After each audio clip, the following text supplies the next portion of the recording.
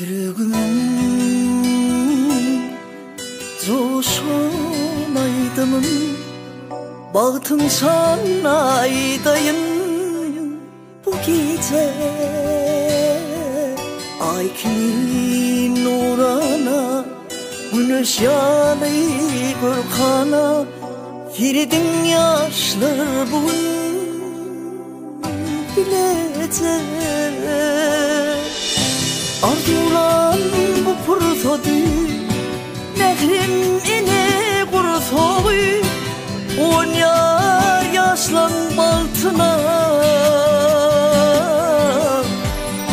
dost yarışadı yana, bir can cana, devran bugün aşıklara.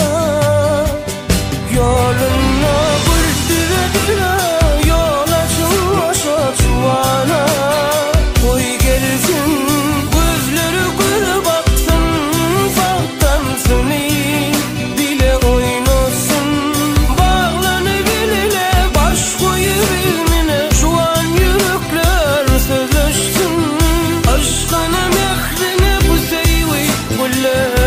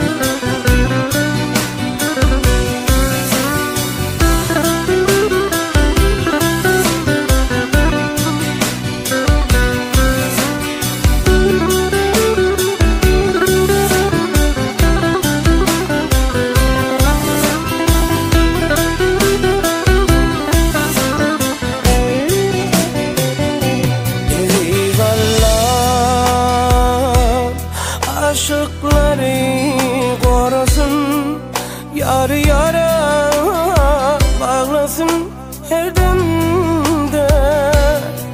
Vay merak şanın bahtı vakı güllesin, ay ve